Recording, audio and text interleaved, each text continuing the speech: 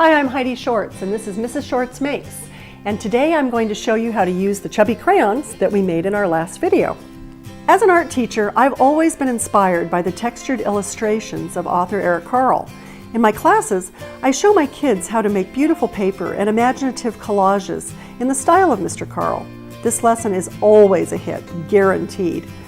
Along with our chubby crayons, we use a variety of unconventional tools to create visual texture. And today, I'm going to show you a few. Okay, so let's get started. My first texture tool looks like a cutting board on one side, but it's got some bumps on the other. I think I picked it up at the thrift store. It makes a great texture tool.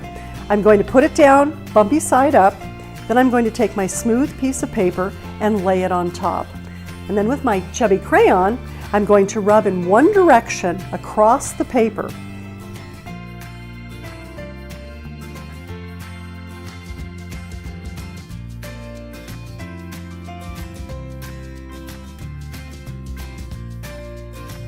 And now we've taken a smooth piece of paper and it looks like it's bumpy instead. So now we're going to do another sample. I'm going to choose another color and another texture.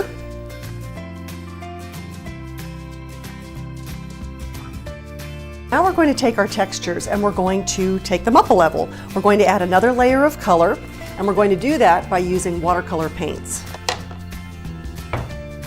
For my purple sample, I'm going to be using some blue paint because I want kind of a low contrast combination of colors.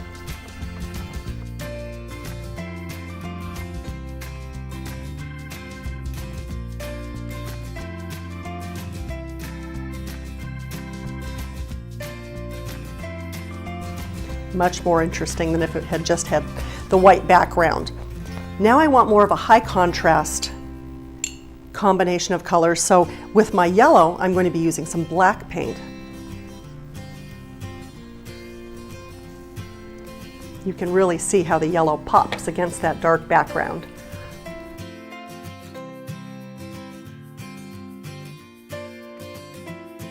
After you've painted all your papers, you're going to have a really great collection of colors to choose from. Here are some other tools that you might be able to find at little or no cost. A blown tire, a metal grate, plastic sheeting, the kind that protects fluorescent light bulbs, a placemat, a bag from oranges from the grocery store. And here's a metal pan that could go in the oven. All of these things have great textures that can be used to transform a piece of flat paper into a piece of paper that looks like it could be bumpy or lumpy or fuzzy or whatever you want it to become. Now here's where your kiddos really get to use their imaginations. They're going to take a look at their papers and they're going to be thinking about what they remind them of. You can ask them questions like, does this remind you of something under the sea? Does it remind you of something in outer space? Does this texture look like the rough shell of a turtle, or does it look like the beautiful wings of a butterfly? Give them a chance to take a look at their papers and think about what speaks to them. Each piece of art will be unique because each child is unique and they will see something different in the patterns and in the colors that they've created. After your kids get excited and start to think about what kind of things they see in their pictures, this is where we go back to Eric Carle and we think about his inspiration for creating collage. We're going to be cutting out large pieces of our papers and then putting them back together like a puzzle to create a picture. Once your kids have decided what they want to create, now it's time to cut out the pieces, put them together like a puzzle, and create their picture. What I like to recommend is that they trace or draw their shapes nice and large, and for some of their textured papers it's really dark on the front, and so it's easier to turn it over to the back side where they can see what they've drawn, and then it's much easier to cut out. I've taken a variety of colors and patterns that suggested to me a fantasy garden, and I've put those together in a finished collage. Your kids will come up with some amazing ideas that you hadn't even considered, and half the fun of this is the process rather than the final project. They'll have so much fun putting it together and doing that.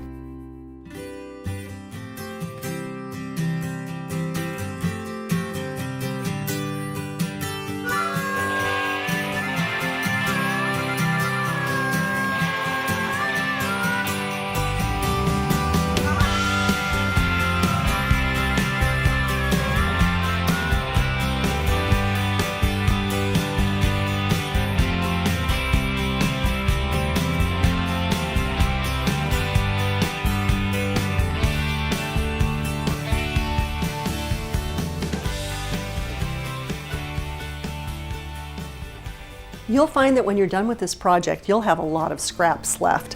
And there's inspiration here as well. You can take bits of these beautiful colors and you can help your kiddos to create some beautiful greeting cards that they can send to Grandma and Grandpa, or they can take some old empty cans from around the house and cover those and turn them into really interesting new containers to help them stay organized. Thanks so much for watching today. Be sure to click below to subscribe. Okay, so let's